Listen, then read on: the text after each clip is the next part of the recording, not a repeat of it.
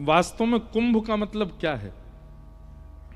कुंभ का मतलब घड़ा, जो संग्रहित करता हो, जो धारण करता हो रस को, जो रस को धारण करने की क्षमता रखता है, उसको कुंभ कहते हैं।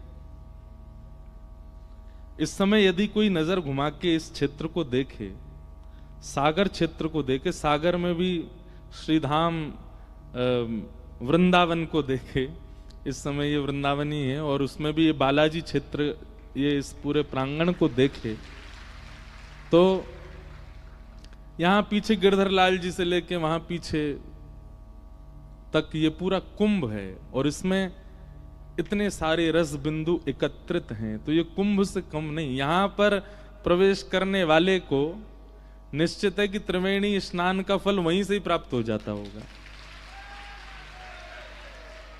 अब जो लोग कुंभ में बैठे हैं वो हमारी बात सुन के कहेंगे, देखो जबरदस्ती कुछ भी बना रहे हैं बात, ये खुद कुंभ में नहीं आए हैं, इतने सारे लोगों को भी नहीं आने दे रहे हैं, और यूं कह रहे हैं यही कुंभ है। हम गलत नहीं कह रहे हैं, यहां पर संत जन भी विराजमान है, सबको बारंबार प्रणाम करते हैं। बहुत ध्यानपूर्वक सुनिएगा। श्रीमद् भागवत में वर्णन है कि श्री सुखदेव जी महाराज परीक्षित को जब कथा सुना रहे थे, तब देवता अमृत कलश लेकर के आए कथा में, और उस अमृत कलश को देख करके श्री सुखदेव जी महाराज कहते हैं,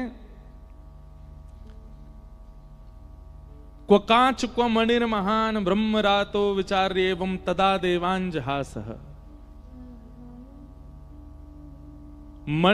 अमृत सामान्य नहीं है, लेकिन उस अमृत को भागवत जी के आगे क्या कह दिया, बोले ये तो कांच है और ये मणि है।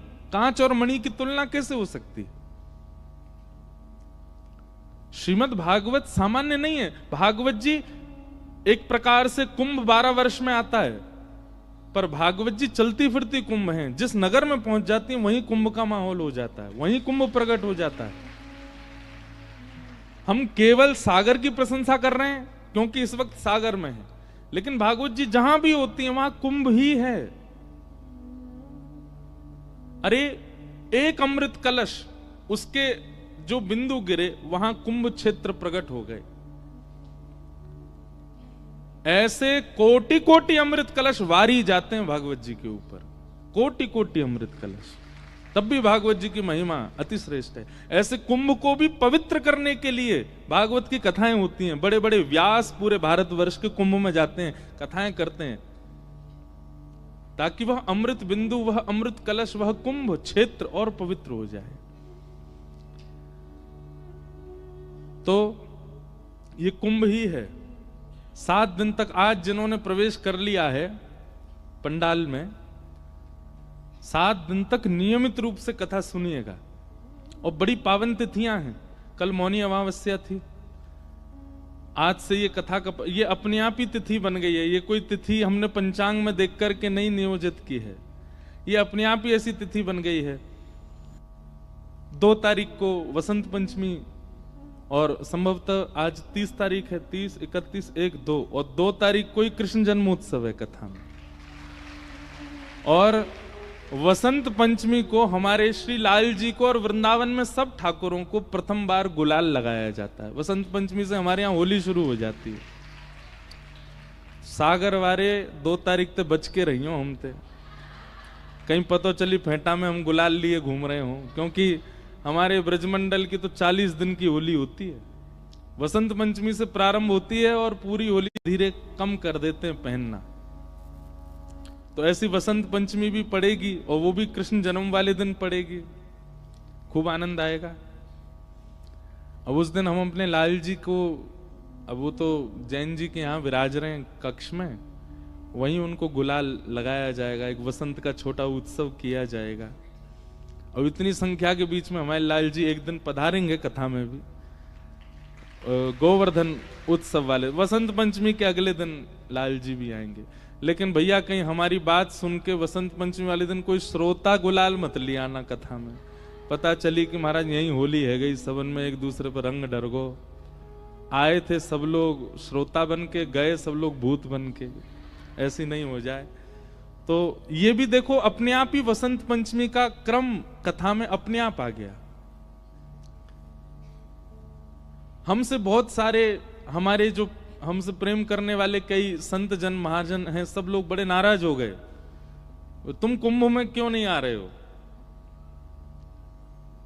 तो हमने कि हमने पहले ही कथाओं का सब क्रम निश्चित कर दिया था, कैसे आए, सब लोगों को बोल चुके हैं।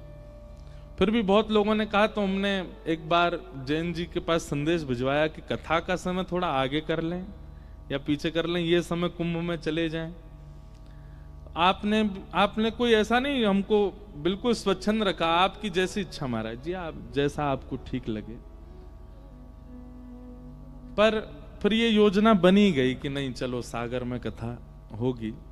और हम प्रयास में ऐसे हैं कि 5 तारीख को जिस दिन विश्राम है कथा का, उस दिन कथा सुबह के सत्र में करेंगे और दोपहर में फिर यहां से हम कुंभ क्षेत्र, क्योंकि एक ही दिन है हमारे पास 6 तारीख, 7 से फिर हिमाचल में कथा है, तो 5 को दोपहर में जाके कुंभ में आप सब लोगों की तरफ से डुबकी लगाएंगे हम, यहां सब सागर वासियों की ओर से।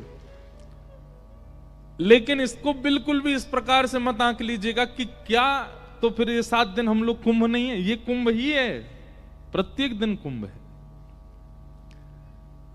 तो ये एक सूक्ष्म कुंभ जैसा प्रकट हो गया है अद्भुत सागर में। और उसमें भी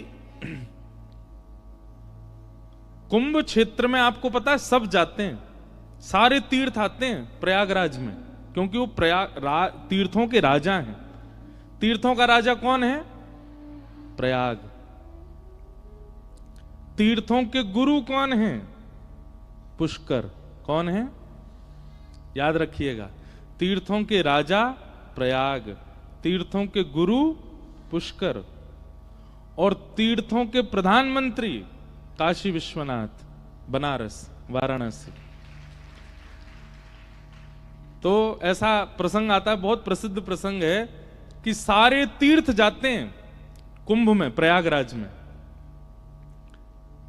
इस समय ऐसा कोई तीर्थ नहीं होगा भारत का जहां का व्यक्ति प्रयागराज में ना हो। लेकिन एक बार प्रयागराज थोड़े से व्याकुल हो गए, और व्याकुल होकर भगवान के पास गए और ठाकुर जी से जाके बोले, नाथ आपने मुझे तीर्थों का राजा बनाया, सारे तीर्थ आते हैं, सब मुझको प्रणाम करने के लिए 12 वर्ष में एक बार आते हैं, छोटा सा वृंदावन नहीं आता। क्यों नहीं आता? सारे तीर्थ आते हैं, आपका वृंदावन क्यों नहीं आता है? तो ठाकुर जी मुस्कुरा के बोले, भैया तीर्थों का राजा बनाया है, अपने घर का राजा थोड़ी बनाया है तुमको। वृंदावन हमारो घर है, वृंदावन नहीं आवे को। प्रयाग को भी वृंदावन जाना पड़ता है प्रणाम करने के लिए। क्यों? क्योंकि वृंदावन ठाकुर जी को घर है भैया, वृंदावन सामान्य नहीं है। लेकिन फिर भी हमारे वृंदावन के कई बड़े बड़े व्यास, बड़े बड़े संत सब प्रयाग, पूज्य पिताजी महाराज भी इस समय प्रयाग में ही कथा कर रहे हैं। तो सब जाते हैं, परंतु वह वृंदावन जो प्रयाग में भी नहीं जाते, वो सागर आए हैं, सागर में आए हैं। इसलिए सागर के सौभाग्य हैं कि ये 7 दिन के लिए हमारे जैन जी ने उनके पूरे परिवार